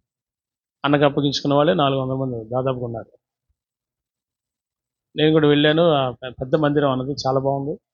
కిందేమో చాలా అసలు అమేజింగ్, అద్భుతం. చాలా 80 ఫీట్స్ అలా ఉంటుందండి, 80 అడుగులు అట్లా ఉంటుంది బారు, పెద్ద మందిరం. పైన 6 స్టేర్స్, 5 స్టేర్ మందిరం, కింద ఇల్లు. చాలా అద్భుతంగా డిజైన్ చేశారు అన్నగారిని. అయితే పిల్లరా, నేను అప్పుడు వెళ్ళాను, మొన్న కొత్తగా వెళ్ళటం అప్పుడే నేను కురిలవానిపాలెం. అయితే అక్కడ వెళ్ళి ఇక సంపూర్ణంగా అన్నగారికి అప్పగించుకొని వచ్చాను. ఆత్మీయ తండ్రిగా ఇక పూర్తిగా ఆయనకి బాధ్యతని ఆయనకు అప్పగించుకొని నేను మొన్న 27th మార్నింగ్ వచ్చాను, 28th మార్నింగ్ వచ్చాను. నేను ఉదయం చాలా అద్భుతంగా ఉంది, ఆరాధన అద్భుతంగా జరిగింది. చాలామంది సేవకులు అన్నగారికి అప్పగించుకున్న వాళ్ళు వచ్చారు. 2 నెలలకు ఒకసారి వైజాగ్ వెళ్ళాల్సి వస్తుంది, సేవకుల మీటింగ్ ఉంది. అయితే అన్నగారికి ఆత్మీయ నాయకత్వానికి అప్పగించుకోవటానికి గల కారణం ఏంటంటే, ఆత్మీయ నాయకులు లేకుండా సేవ, పైన గొడుగు లేకుండా సేవ చేయకూడదు. మొన్నటిదాకా పెద్దయ్య గారు ఉన్నాడు కాబట్టి జరిగిపోయింది, కానీ నాన్నగారు లేడు కాబట్టి మరి ఒక ఆత్మీయ నాయకుడు అవసరమని దైవజనులు అందరూ చెప్పారు. కాబట్టి అన్నగారికి ప్రార్థన చేసి ఒక 2 సంవత్సరాలు ప్రార్థన చేసి ఈ విషయంలో జఫన్యా అన్నగారికి అప్పగించుకున్నాం. మొన్న వెళ్ళి నేను, నాతో పాటు ఇంకొంతమంది సేవకులు వచ్చారు. ఆత్మీయ నాయకుడు పైన గొడుగు ఉండాలి, మన కొరకు ప్రార్థన చేసేవాళ్ళు ఉండాలి. అట్లా మేము అన్నగారికి అప్పగించుకొని వచ్చిన దగ్గర నుంచి ఐఎమ్ సో హ్యాపీ. మనకంటూ, నాకంటూ, మన మినిస్ట్రీకంటూ ఒక గొడుగు పైన కప్పు, పై కప్పు ఉండాలి. ప్రత్యక్ష గుడారం ఉంది, కప్పు లేకపోతే గుడారం అంటారా? కప్పు నాయకత్వానికి సాదృశ్యం. సో నాకు ఆత్మీయ నాయకుడిగా జఫన్యా శాస్త్రి గారు ఉన్నారు. కాబట్టి ఇక ఏ కార్యక్రమమైనా ఏదైనా అన్ని విషయాలు అన్నకి చెప్పే చేయాలి. నేను ఏదైనా అన్నగారి పర్మిషన్ తీసుకోవాలి, అన్నతో మాట్లాడాలి. ఏ కార్యక్రమం అయినా అన్నగారు రావాలి, అన్నగారు డేట్ ఇస్తేనే నేను చేస్తాను. ఇక ఒక పద్ధతి ప్రకారం ఒక క్రమంగా దైవజనుడి యొక్క నడిపింపులోకి వెళ్తూ ఉంటాం. అట్లా దేవుని స్తోత్రం కలుగును గాక. ప్రియులారా, అయితే పరిశుద్ధత విషయంలో మనం అందరము దీన్ని సంపూర్తి చేసుకోవాలంటే దైవిక భయం ఉండాలి, డివైన్ ఫియర్నెస్. లేకపోతే పాపాలలో పడిపోయే ప్రమాదం ఉంటుంది, పరిశుద్ధత పోగొట్టుకునే ప్రమాదం ఉంటుంది, రక్షణ పోగొట్టుకునే ప్రమాదం ఉంటుంది. చూడండి, అపవాది ఎప్పుడైనా మన రక్షణ, మన పరిశుద్ధత పోగొట్టాలని చూస్తాడు, కానీ దేవుడేమో మనల్ని దాన్ని కాపాడుకునేలా చేస్తాడు. ఆమేన్. ఇప్పుడు మీరు అంతా అర్థం చేసుకోండి ప్రియులరా, దైవిక భయం ఉంటే పరిశుద్ధతను కాపాడుకోవచ్చు. ఆమేన్. చెప్పలేదు ఆమేన్ అని అందరూ గట్టిగా చెప్పరేమండి. ఇప్పుడు పరిశుద్ధతని కాపాడుకోవాలంటే, రక్షణ పోకుండా ఉండాలంటే, ఇప్పుడు సపోజ్ ఒక సినిమా వస్తుంది టీవీలో లేకపోతే ఫోన్లో, నీకు యాడ్ ఏదో వచ్చింది, నువ్వు దాన్ని చూడకూడదు, యాక్చువల్గా చూడకూడదు. నీకు దేవుడు భయం ఉంటే నువ్వు చూడవు. Suppose you have a divine fearness, దైవిక భయం ఉంటే నువ్వు దాన్ని టచ్ చేయవు. అదే కాదు, ఏదైనా కానీ టచ్ చేయవు, ఏదైనా చూడవు. ఎందుకంటే అమ్మో, నేను దేవుని బిడ్డనై ఉన్నాను, ఇప్పుడు నేను పాపం చూడకూడదు, పాపం చేయకూడదు, నేను పవిత్రంగా ఉండాలి, ఉండి తీరాలి, లేకపోతే నా పరిశుద్ధత నాకు సంపూర్తి అవ్వదు.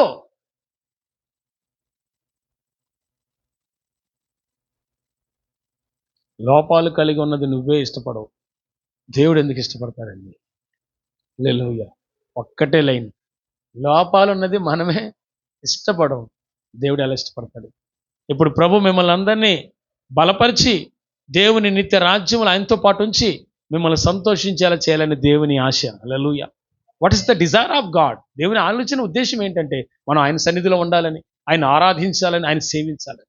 సో ఇక్కడ అరమర లేకుండా పరిశుద్ధాత్ముడు మీతో మాట్లాడాడు. మీరు సంకుచితమైన హృదయంతో కాకుండా తెరవబడిన హృదయంతో వినండి. హృదయంలో దేవుని చేర్చుకోండి. అలా చేర్చుకున్న వాళ్ళు హృదయపూర్వకంగా ఆయన ఆరాధించాలి. ఆయన ఆరాధించినటువంటి వారిని ఆయన తరతరములకు దీవించేవాడై ఉన్నాడన్న మాట మీరు మర్చిపోకూడదు. హల్లెలూయా. మనము ఆయనకి కుమారులము, కుమార్తెలుగా మార్చబడతాం. తర్వాత మూడో విషయం ఏంటి? దైవిక భయం చేత పరిశుద్ధతని సంపూర్తి చేసుకోవాలి. ఏ భయం చేత? అందుకు చెప్పండి, దైవిక భయం చేత. చెప్పండి, దైవిక భయం చేత పరిశుద్ధతను సంపూర్తి చేసుకోవాలి. Okay, the book of Hebrew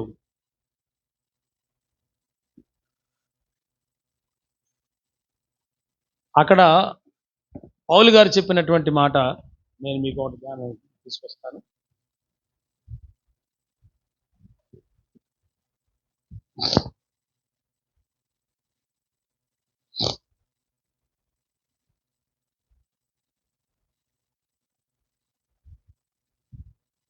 పన్నెండవ అధ్యాయం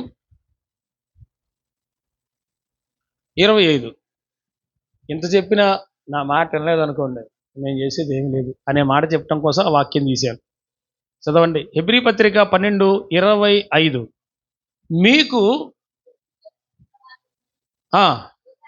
మీకు బుద్ధి చెప్పుచున్న వారిని నిరాకరింపకుండానట్లు మీ చూచుకొనుడి. చాలు. ఏంటండి, మీకు అలా కాదమ్మా, మీరు ఇలా ఉండాలి అని చెప్తున్న వాళ్ళు ఆత్మీయ తండ్రి ఉన్నాడు అనుకో, ఆత్మీయ తండ్రి ఏం చెప్తున్నాడో ఆ మాట శ్రద్ధగా మీరు ఏం చేయాలంట? వినాలి. నాకు మా ఆత్మీయ తండ్రి ఏం చెప్తున్నాడో నేను వినాలి. బాగా మొన్నే క్లాస్ బీకేశాడు నేర్చుకునే వాళ్ళకి ముందే. జాగ్రత్త, సరిగ్గా ఉండకపోతే ఊరుకున్న సంగతి మీకు తెలుసుగా. ఉంటే సరిగ్గా ఉండండి, లేదంటే తీసే అవతలే వెళ్ళిపో, మీ పొట్లాలు నాకు అక్కర్లేదు అన్నాడు. అదే మేము కూడా దశంభాగం తీసి ఇవ్వాలి అన్నకి. మాకు వచ్చే ప్రతి దాంట్లో నుంచి దశంభాగం తీసి అన్నకి ఇవ్వాలి. అది వాక్యానుసారం. మీ పొట్లాలు నాకు అక్కర్లేదు, ముందు మీరు సరిగా ఉండను అన్నాడు. దేవుని స్తోత్రం. హల్లెలూయా.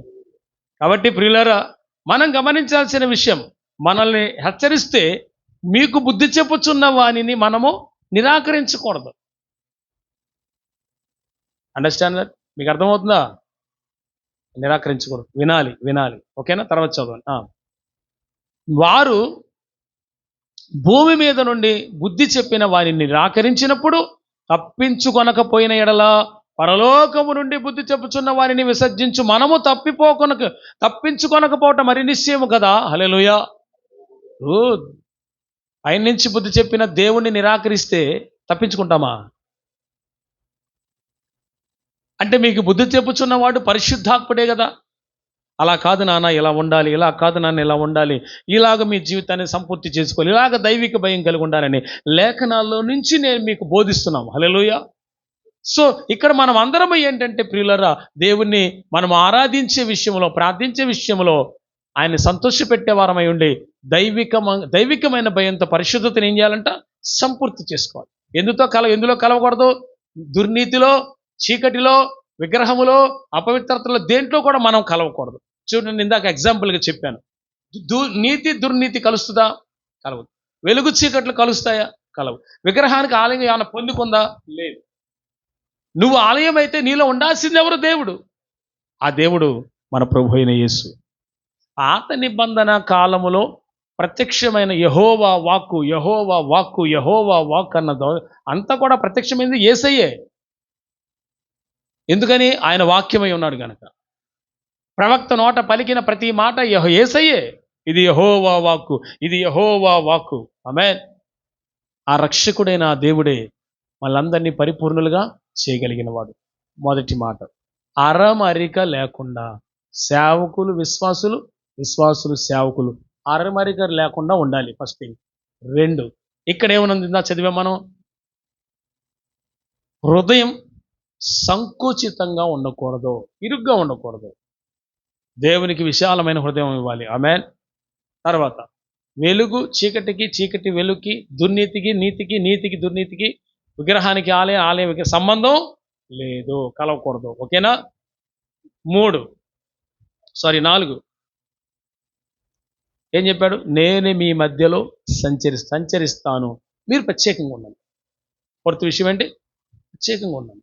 దేవుడు మనం ప్రత్యేకంగా లోకంలో కలిసిపోకుండా ప్రత్యేకంగా ఉంటే దేవుడు మనలో ఉంటాడు. ఆమేన్. 5, దైవిక భయము కలిగి ఉంటే మన పరిశుద్ధతని సంపూర్తి చేసుకుంటాం. ఈ 5 విషయాలు ప్రభు మీ వినికిడిలో స్థిరపరచునుగాక. ప్రార్థన.